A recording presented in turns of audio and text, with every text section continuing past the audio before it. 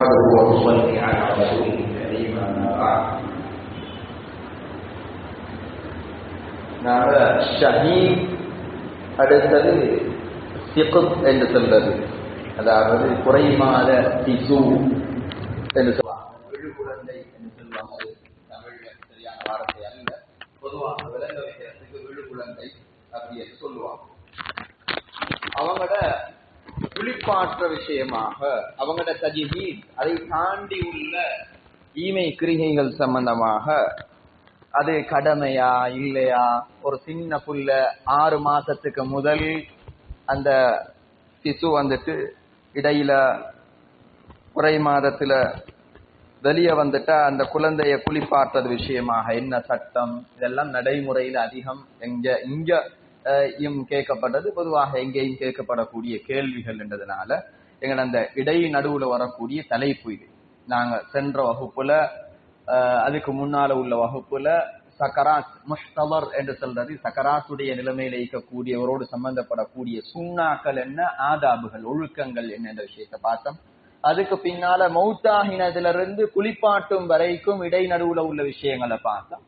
இந்த வகுப்புல குளிப்பாற்றுறது சம்பந்தமாக குளிப்பாற்றதனுடைய சட்டத்திட்டங்களை பேசுறதுக்கு முதல் குளிப்பாட்ட தேவை இல்லை, குளிப்பாட்டது கடமை இல்லை என்ற 2 சாரார்களை நாங்க ஞாபகப்படுத்தியிருந்தோம். அதுல ஷஹீத் என்று சொல்றது அல்லாஹ், அந்த ஷஹீதுக்குள்ள 3 வகை இருக்குது.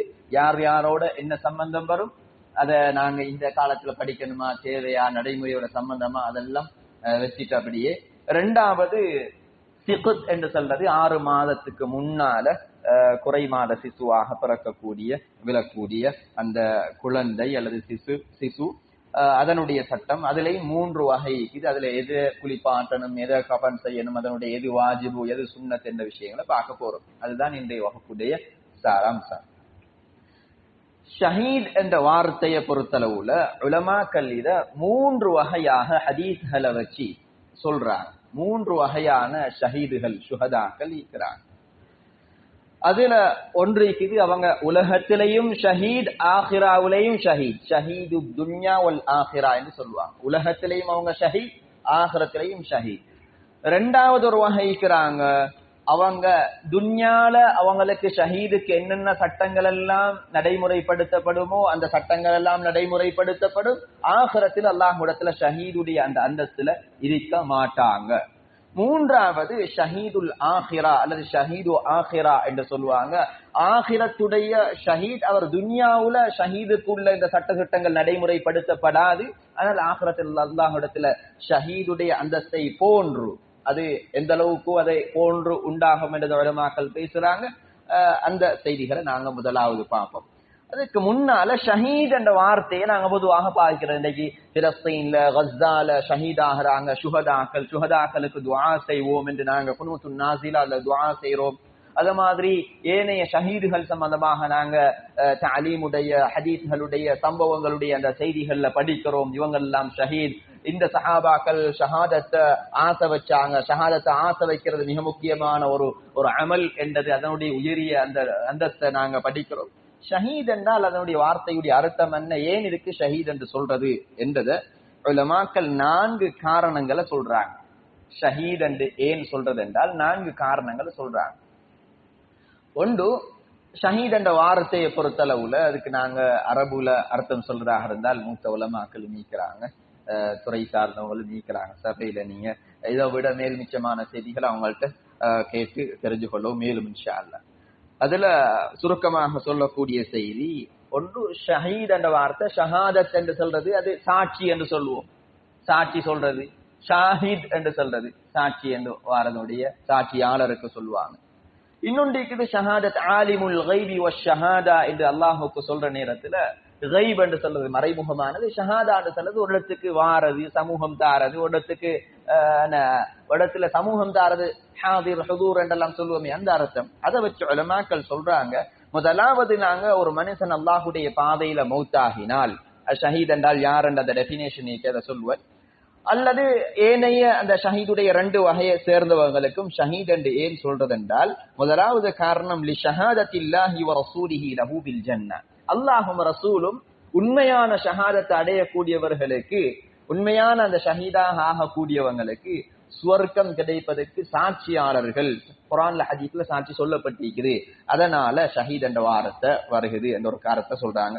ரெண்டாவது மேல்மிச்சமான செய்தி. ரெண்டாவது ஒரு காரணத்தை சொல்றாங்க, லிஅன்னஹு யஷ்ஹதுல் ஜன்னத ஹால மௌதிஹி.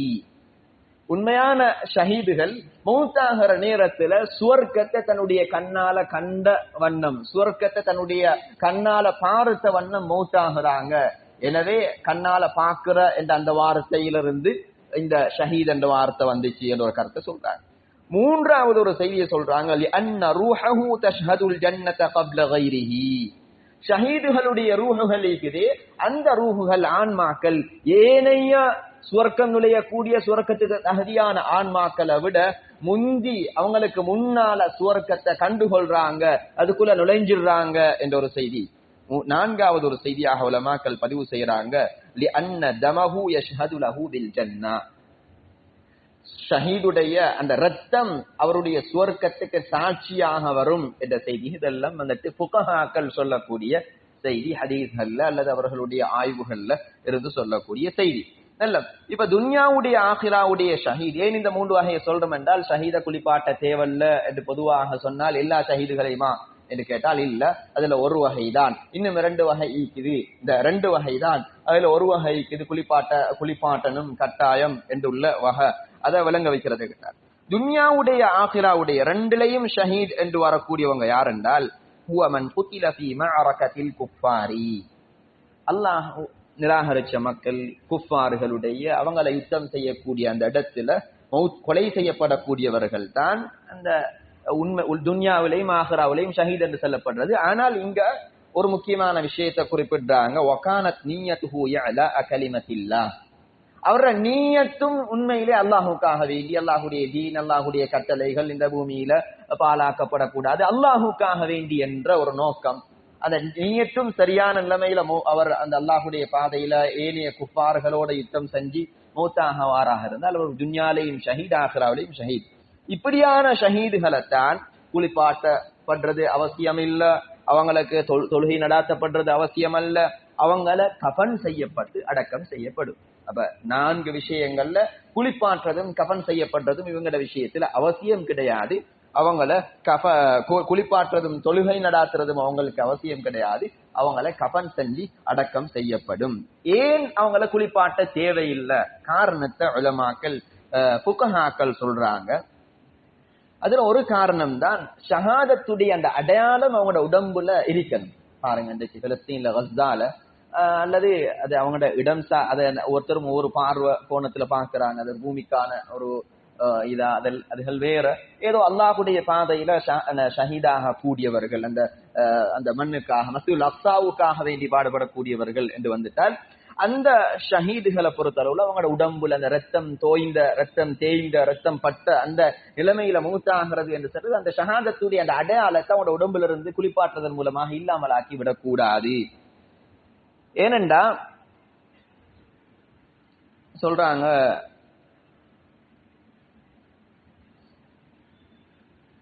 அந்த அடையாளத்தை இல்லாமல் ஆக்கிவிடக் கூடாது. அந்த அடையாளம் என்று சொல்றது கியாமத்துடைய நாள்ல மிஸ்குடைய கஸ்தூரியுடைய அந்த வாசனையோட இவங்களை சுஹதாக்கள் அடையாளப்படுத்தக்கூடியது என்ற செய்தியை சொல்றாங்க.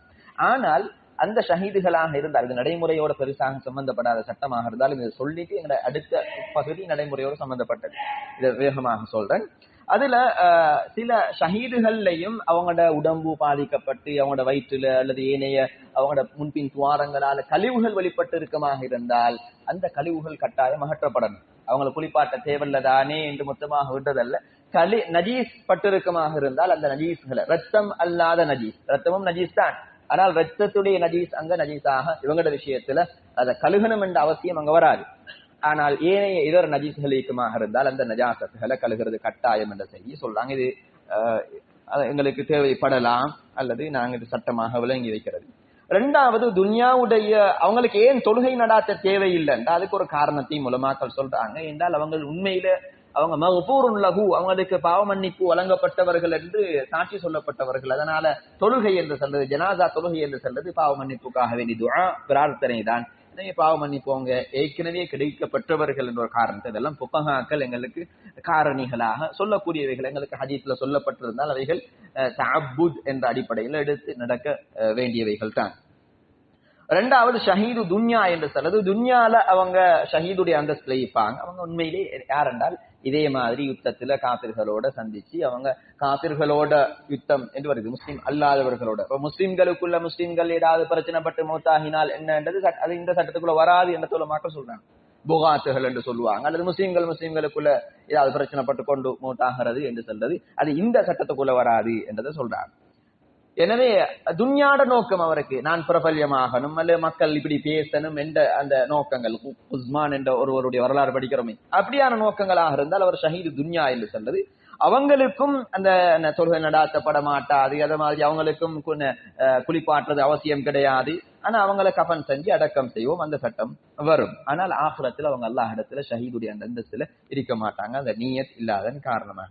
மூணாவது ஒன்றுதான் ஆகிரத்துல அவங்க ஷஹீதுடைய அந்தஸ்துல இருக்கக்கூடியவங்க. உலகத்துல இந்த சட்டம் அவங்களுக்கு ஒளிப்பாற்றுறது தொழுகை நடாத்துறது இதெல்லாம் கட்டாயம் அவங்களுக்கு. இந்த ஆகிரத்துல அவங்க ஷஹீத், துன்யால ஷஹீத் இல்ல என்ற செய்தியை ஹாஃபிஸ் இப்னு ஹஜர் அஸ்கலானி ரஹ்மத்துல்லாஹி அலைஹி அவங்க தன்னுடைய புகாரியுடைய விரிவு நூல்ல சொல்றாங்க, وقد اجتمع لنا من الطرق الجيدة أكثر من 20 خصلة. சொல்றாங்க 20 விட அதிகமான காரணிகள் வருகிறது.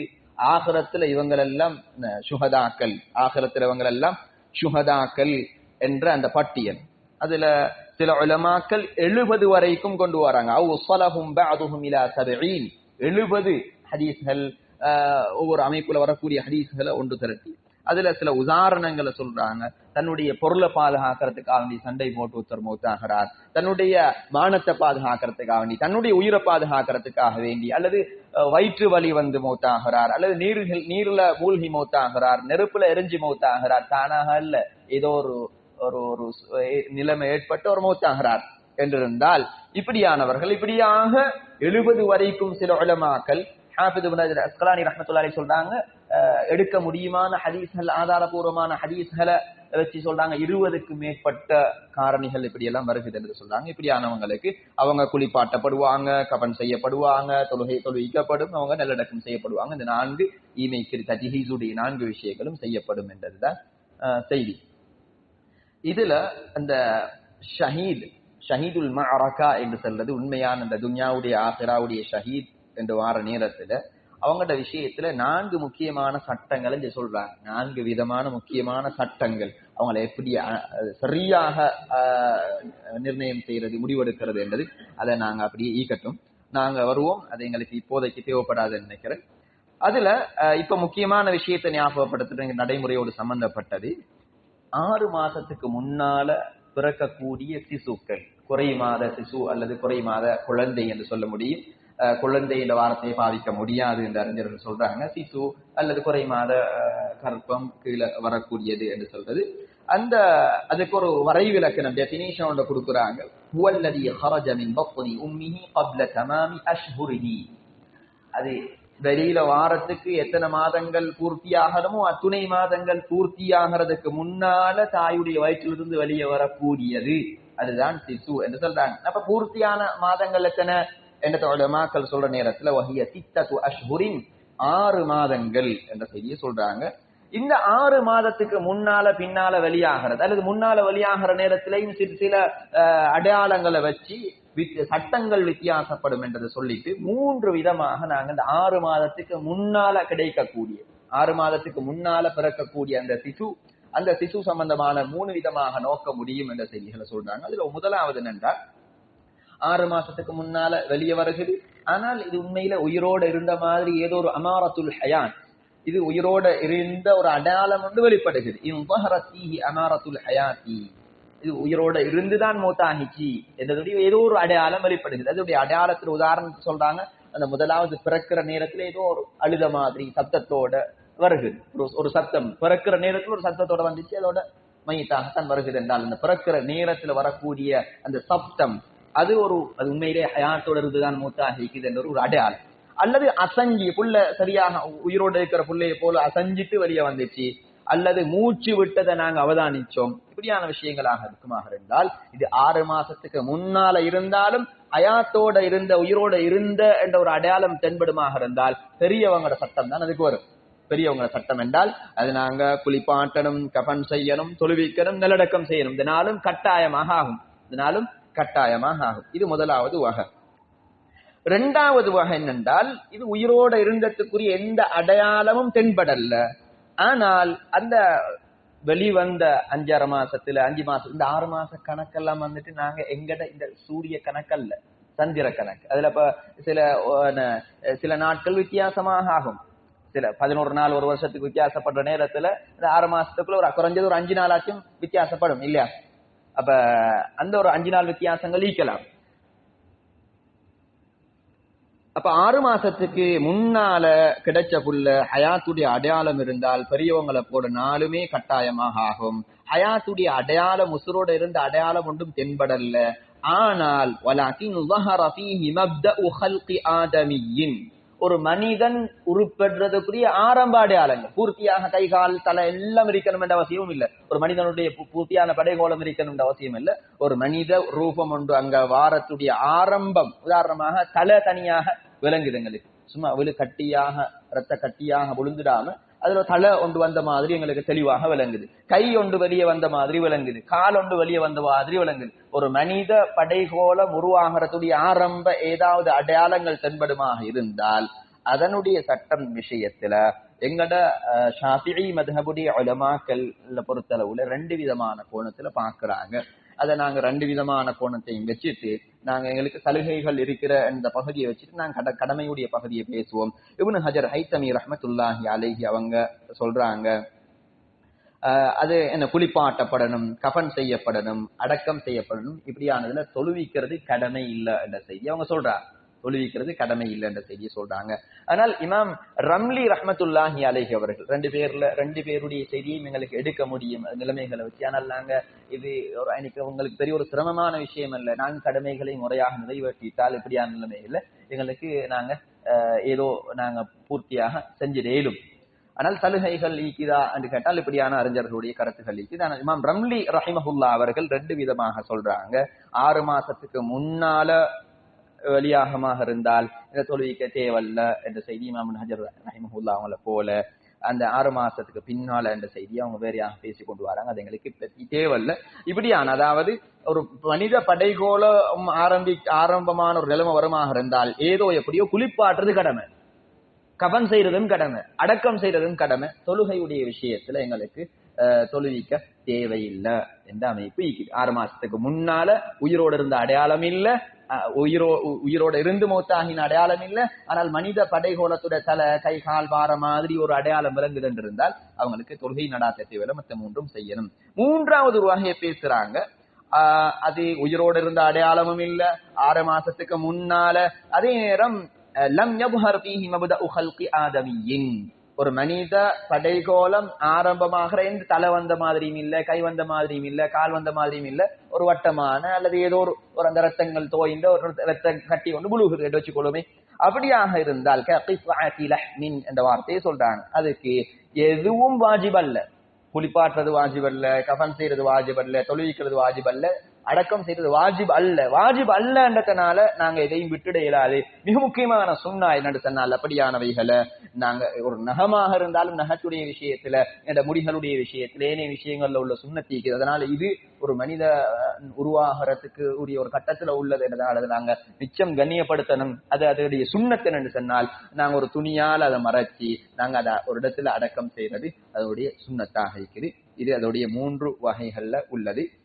நாங்க இன்ஷா அல்லாஹ் குளிப்பாட்டுறது சம்பந்தமான பொதுவான விரிவான செய்திகளை அடுத்த வகுப்புல இருந்து பார்ப்போம். இந்த வகுப்புல நாங்க பார்த்தது, நாங்க அந்த ஆரம்ப 2 பகுதிகளை பார்த்துட்டு இடையில குளிப்பாட்டுறது அவசியம் இல்லாத 2 நபர்கள் ஷஹீத் அல்லது விழுகுழந்தை 2 பேரும் வந்துச்சு. ஆனா பொதுப்படையாகவே அவங்க 2 பேரையும் குளிப்பாட்டுறதே இல்லைன்ற முடிவுக்கு வாரதில்லை. அவங்கள 3 ஷஹீதுல 3 வகை, விழுகுழந்தைகள்ல 3 வகை, அவைகளுக்கு மத்தியில் உள்ள விரிவுகள், சட்ட விரிவுகள் இருக்குது என்ற செய்திகளை சொல்லிட்டு அதனுடைய விரிவுகளை நாங்க இங்க சொல்லி இருக்கிறோம்.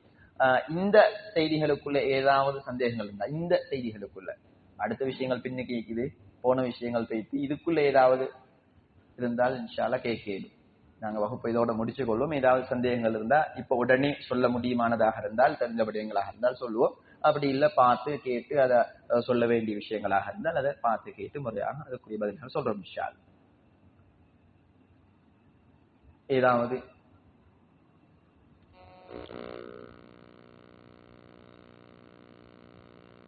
வச்சுக்கொள்ளுங்க. சுப்ஹானல்லாஹி